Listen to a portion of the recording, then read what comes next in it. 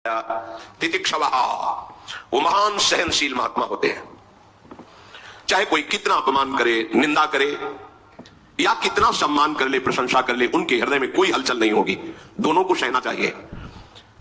मान प्रतिष्ठा हर्ष में गर्व रूप हलचल होती है, अपमान निंदा तिरस्कार में शोक रूप हलचल होती है, पर महात्मा के हृदय में नहीं होगी।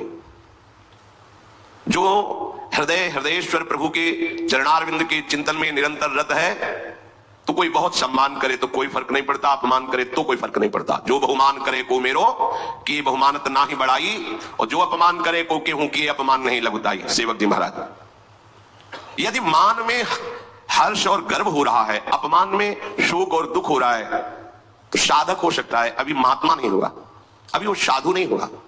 साधु पदवी उसी के आगे लगती। तितिक्षवा, शरीर स्वस्थ है या अस्वस्थ है, परिस्थिति अनुकूल है या प्रतिकूल है, लोक निंदा है या लोक प्रशंसा है, कोई फर्क नहीं। वही गंभीर मुद्रा हर्ष में भगवत चिंतन परायण, ये साधु का पहला लक्षण है। सदगुरुदेव भगवान एक दिन कृपा करके कहा कि साधु वही जिसकी दिनचर्या में फर्क ना पड़े। जिस मिनट, जिस सेकंड, जिस क्षण जो हो दिनचर्या गुरु ने दी है, वही दिनचर्या बहुत काल तक बिना बाधा के चलनी चाहिए। अगर शरीर ऐसी अवस्था में आ जाता है कि उठ ही नहीं पा रहे हैं, तो मन से वो दिनचर्या चलनी चाहिए। दिनचर्या में फर्क नहीं पड़ना चाहिए। और स्वयं केवल कहना ही नहीं, जब से गुरुदेव भगवान के दर्शन हुए तब से आज तक वही रहनी, वही दिनचर्या, वही रहनी, वही दिनचर्या। आप में स्वयं में बाहरी परिवर्तन नहीं, आपका स्वयं वही रहनी, वही दिनचर्या। अब ठीक कोई उत्सव हो तो अलग बात नहीं, आप टाइम मिला लीजिए, ठीक टाइम से आरती, ठीक टाइम से सेवा। अब तो सबके सामने करते, पहले तो किसी को दर्शन ही नहीं होने देते थे अपनी श्री जी के, अब तो कृपा करके बरस रहे हैं। प्रत्येक साधु की एक दिनचर्या। काशी में जब घाटों में थे तो कितने ऐसे महात्मा थे जिनसे वही हमारी घड़ी थे, जो आकर के नमः पार्वती पते हार हार महा, बस समझ रहे 2 बज गए। कितने ऐसे महात्मा थे जो 2 बजे नित्य नियम से गंगा जी के समीप आ जाना, वही घड़ी थे, उन्हीं को देख के होता था कि अब 2 बज गए। कभी ऐसा नहीं विलंब, एक राइट टाइम। ये वही चल सकता है जो साधु है। ये अलार्म की घंटी से जगना, दूसरा तुम्हें जगाए जाके, कैसे साधक हो? तुम्हें कोई जगाए, हमारी तो समझ में नहीं आता। अलार्म की घंटी तुम्हें चाहिए? अरे भाई, तुम्हारे अंदर बेचैनी होनी चाहिए। प्रारंभ में जब गायत्री अनुष्ठान पुरस्चरण चल रहा था, 15 मिनट के लिए लेटते थे तो लगता था कितना समय हो गया, तब 15 मिनट, घड़ी बंद है क्या? कई बार उठा के छोटी वाली जो देखना, 15, ऐसा लगता था 15 मिनट में बहुत सो लिए, कहीं ज्यादा समय तो नहीं हो। व्याकुलता, बेचैनी, अत्यधिक भगवत प्राप्ति की उत्कंठा, ये तुम्हें चैन से सोने देगी? नारायण हरिभजन में 5 न सुहात, विषय भोग, निद्रा, हंसी, जगत प्रीति, बहुबात, ये सब प्रपंची लोगों का काम है। साधक को किसी अलार्म की जरूरत, किसी के जगाने की जरूरत, थोड़ा विश्राम किया, बैठ करके मंत्राकार वृत्ति, जब सब सो रहे हैं तब जगा हुआ मंत्र जप रहा है, नाम कीर्तन कर रहा है, प्रभु के रूप के ध्यान में डूबा हुआ है, तो हृदय जब प्रभु में लगा होगा तब ये क्षमता होगी। पूज्य श्री सीताराम ओंकारनाथ जी महाराज ऋषिकेश में, भाई जी बहुत बीमार थे, ऋषिकेश गए भाई जी से मिलने के लिए, तो सबने निवेदन कर दिया कि भाई जी तो अब नहीं मिल पाएंगे क्योंकि बहुत बीमार है, रजाइयां ऊपर शरीर में उड़ी, शरीर कांप रहा है, बुखार और भी कष्ट थे। तो उनका एक बार आप कह तो दीजिए जाकर के, क्योंकि ये भी महापुरुष, बड़े नाम प्रेमी, अद्भुत महापुरुष सीताराम ओंकारनाथ जी महाराज, नाम के अनन्य प्रेमी, और भाई जी भी नाम के परम प्रेमी। भाई जी से बताया कि सीताराम ओंकारनाथ जी मिलना चाहते, पर हमने मना कर दिया कि आपका स्वास्थ्य, किसका स्वास्थ्य खराब, तुरंत फेंकी रह जाए, उठे चल दिए। साथ साथ टहलते हुए घंटों वार्ता, गंगा किनारे बैठकर वार्ता, फिर आए, जेवी रजाई उड़ी, फिर वैसे ही बुखार, फिर वैसे। साधु को कोई कष्ट परास्त कर दे, ऐसा कष्ट ही नहीं बना आज तक सृष्टि में, क्योंकि उनके हृदय में काल को भी शासन में लेने वाला भगवान नाम चल रहा है, इसीलिए कोई भी दुख सुख उनको परास्त नहीं कर पाता। उनको क्या, आप भी उसी नाम को हृदय में रखिए, फिर आप चमत्कार देखिए। अगर नाम चल रहा है, इसमें खुली बात है, और हृदय आश्रित है, तो कोई भी कष्ट परास्त नहीं कर सकता। भयानक से भयानक कष्टों का समय आया है, पर उस समय भी एक हृदय में ऐसा स्थान था जहां आनंद बरस रहा था। लौट के उस चुपचाप स्थान गुफा में बैठ जाओ, बाहर आग लगी लगने दो, हृदय आनंदित रहता। अगर आप हृदय को हृदयेश्वर प्रभु के चरणों में समर्पित नहीं किए, तो ये विकार ऐसे नहीं है कि तुम्हें बख्श दें। शरीर में जहां चोट लगी, पीड़ा हुई, मन वहीं लगेगा, मन वहीं लगा, परेशान हो गए आप। मन लगा है प्रिया प्रीतम में, शरीर सड़ रहा है, तो कोई फर्क नहीं। ऐसे साधु जो तितिक्षवा, ये केवल भगवत आश्रय से होता है, भगवत भजन से होता है, दूसरी इसमें कोई सिद्धि काम नहीं करेगी। ये सिद्धि आनी चाहिए, चाहे कोई गाली दे, अपमान दे, चाहे अब जो हो, अब तो हरि चिंतन छूटने वाला नहीं। लागे लगन छूटे नहीं, जीव चोच बर जाए, मीठो कहा अंगार में जो चकोर चबाए। चकोर आग खाता है, चकोर को कपूर दे नहीं खाएगा, वो आग खाता। क्यों? उसने सुन रखा है कि भगवान शंकर चिता की भस्म लगाते हैं, और चकोर को चंद्रमा से प्यार है, और चंद्रमा तक उसकी उड़ान नहीं है, पर प्यारे को प्राप्त करना है तो कैसे प्राप्त करें?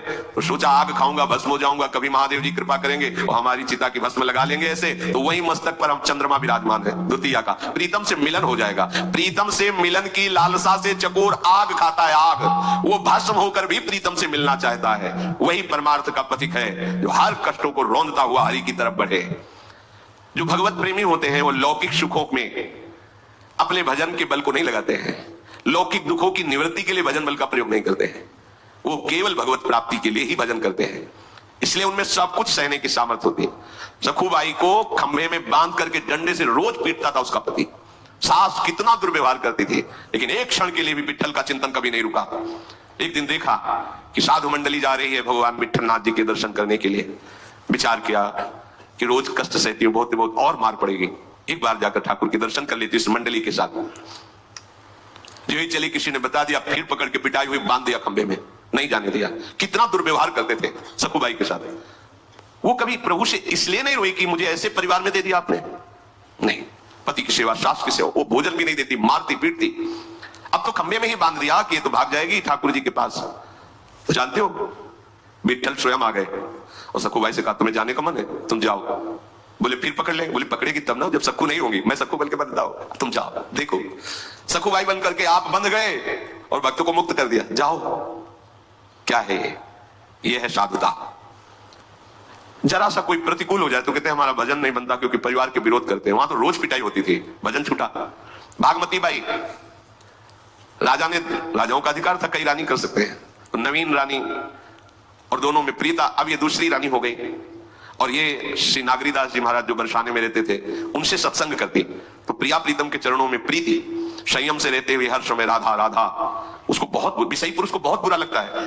जो विषयी पुरुष होता है वो भक्तों को देखकर जलता है, स्वाभाविक द्वेष होता है उनका। भक्त किसी से द्रोह नहीं करते, पर जो विषयी और पापात्मा जन होते हैं इनके हृदय में दाह पैदा होती है उनको देख के, और वो सोचते हैं ये मर जाए, ये नष्ट हो जाए, इनका किसी भी तरह अहित हो जाए, उनकी चेष्टा होती है।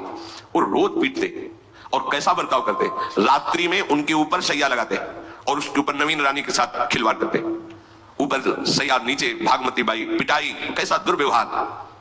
एक दिन मन में आया कि अब जब जगतपति से प्यार हो गया तो अब क्या, छोड़ करके सब आगे बरसाने में लाडली जी की शरण में। महान परमहंस श्री नागरीदास जी की कृपा से लाडली का साक्षात्कार उनको।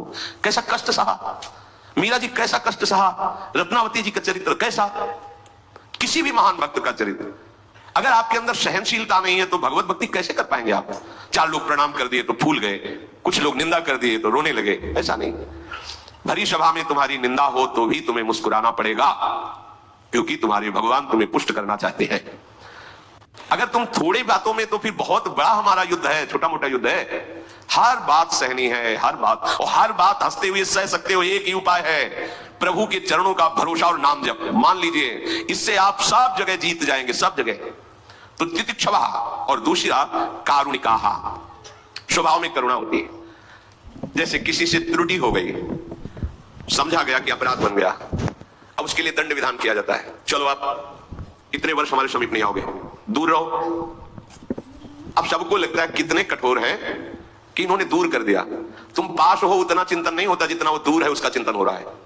उस गुरुजनों की करुणा को तुम समझ नहीं पाओगे, और उस चिंतन में जो अपराध उसको अगले जन्म में भोगना होता, वो वर्तमान में उसको जलन से भुगवा कर पवित्र करके भगवत मार्ग की ऊंचाई पर चढ़ा देना।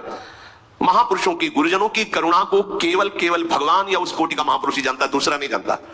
दूसरे को लगेगा कि दंड विधान कर दिया, क्या साधु क्षमा कर देते? क्षमा करने पर वो कर्म स्वतंत्र रूप से तुम्हें आगे नष्ट करता।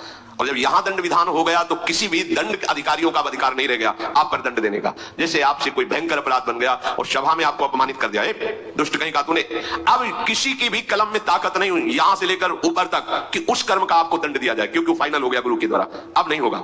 इसीलिए गुरुजन कभी क्षमा नहीं करते, तत्काल दंड देते हैं, क्योंकि कोई और दंड ना दे दे। जैसे अपना बच्चा गलती करे और लोगों ने पकड़ लिया, अब मां बड़ी चतुर होती है, वो दौड़ के के जाएगी। अच्छा ये है ही दुष्ट ऐसा, और सबसे छुड़ा के वो अपना हाथ पकड़ के और ऊंचा हाथ करके मानो बहुत जोर प्रहार कर रही, और यहां लगेगा धीमे और खूब हल्ला मचाएगी, और इशारे से बच्चे से भी कहेगी रो डट के, जिससे सब लोग कहे अरे बहन जी रहने दीजिए, अब लड़का ही तो है, बोले तुम कहते हो तो छोड़ देते, चलो छोड़ दिया। ये एक वात्सल्य अंश में चतुरता है, तो अनंत वात्सल्य समुद्र प्रभु का स्वरूप गुरुदेव संत में कितनी करुणा होगी। भयानक से भयानक अपराध को ऐसे साधारण बातों से वो नष्ट कर देते हैं। कारुणिकाहा, साधु के हृदय को जानना केवल भगवान या भगवत स्वरूप उसी कोटि का महात्मा दूसरा नहीं जान सकता।